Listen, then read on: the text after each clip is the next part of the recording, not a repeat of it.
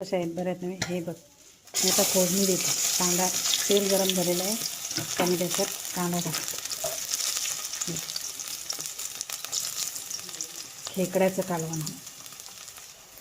कांदा फ्राय झालेला आहे. आता त्याच्यात टोमॅटो घालून देऊ. तो चांगला नरम झाला ना नंतर आपण त्याच्यात वाटण घालू. आपलं वाटण पण रेडी झालेलं आहे. ते पण दाखवते तुम्हाला. हे बघ मी सर्व मसाल्याचं बनवणार आहे. ते आपण चिकन बनवतो ना शागोती, हां तर सेम वाटण तसंच केलेलं आहे. हे बघ कांदा नरम जाण्यासाठी थोडंसं त्याच्यात मीठ टाकलेलं आहे. नंतर लवकर नरम होतं ना मग. आणि मीडियम साईजचा छोटासा टोमॅटो ॲड केलेला आहे. आता त्याच्यात मी खेकडे थोडंसं परतून घेऊया आपण.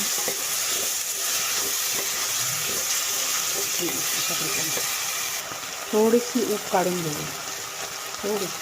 हे बघा या साईडला बांगडे फ्राय करण्यासाठी लागलेले ते त्या ऑलमोस्ट झालेले आहेत. बांगडे केलेले छोटे बांगडे बघा किती करकरीत बांगडे फ्राय केलेले आहेत. कुरकुरीत एकदम खायला पण छान लागतात. एकदम ते मऊ मऊ ना चांगलं नाही लागत. त्याच्यामुळे मला करकरीतच आवडते फार. ते खायला पण टेस्टी लागतात. बघितलं हे बघ त्याला वाफ दिलेली आहे. आता त्याच्यात वाटून टाक. चिकन शागोती होते ना सेम तसं आपलं खेकड्याचं शागोती होणार. खायला पण चांगले लागतात.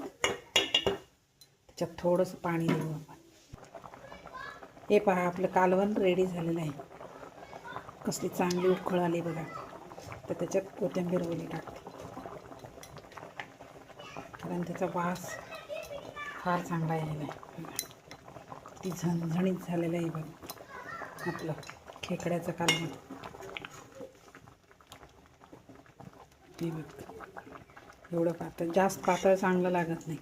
आता ते एक गरम आहे म्हणून थोडं पातळ असं वाटायला पण दाट आहे. थोडं दाटच चांगलं वाटतं ते.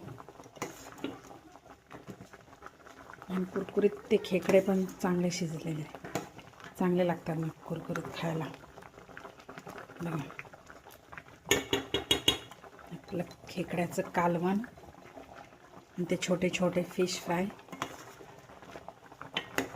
आणि भाजी पण बनवलेलं आहे. हे आपलं चांगलं घरगुती जेवण.